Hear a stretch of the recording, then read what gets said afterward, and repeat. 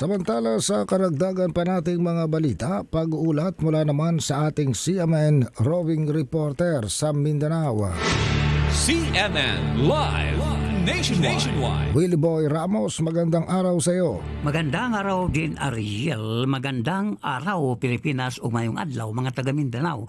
Umabot sa halagang 10.2 milyong pisong marijuana plants ang binunot ng mga taga PDEA Bangsamoro Autonomous Region in Muslims Mindanao at Sulu Police Provincial Office sa may barangay Pitugo, bayan ng Kalanganan, Calawag, Sulu. Sa report ni PDEA BARM Regional Director na si Hel Cesario Castro, nasa 11,750 puno ng marijuanang itinanim sa kulang 2,000 metro kwadrado na ang itinorong cultivator ay nagngangalang Madi na nagkataong wala naman sa lugar ng plantasyon sa oras ng operasyon.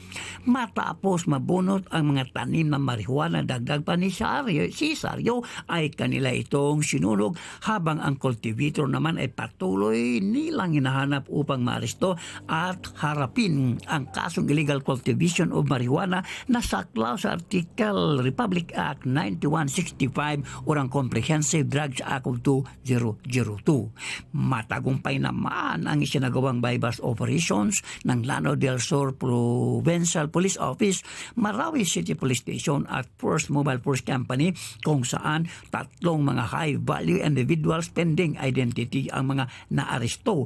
Nakumpiska ang suspected Shabu may street value na umabot sa 752,200 piso.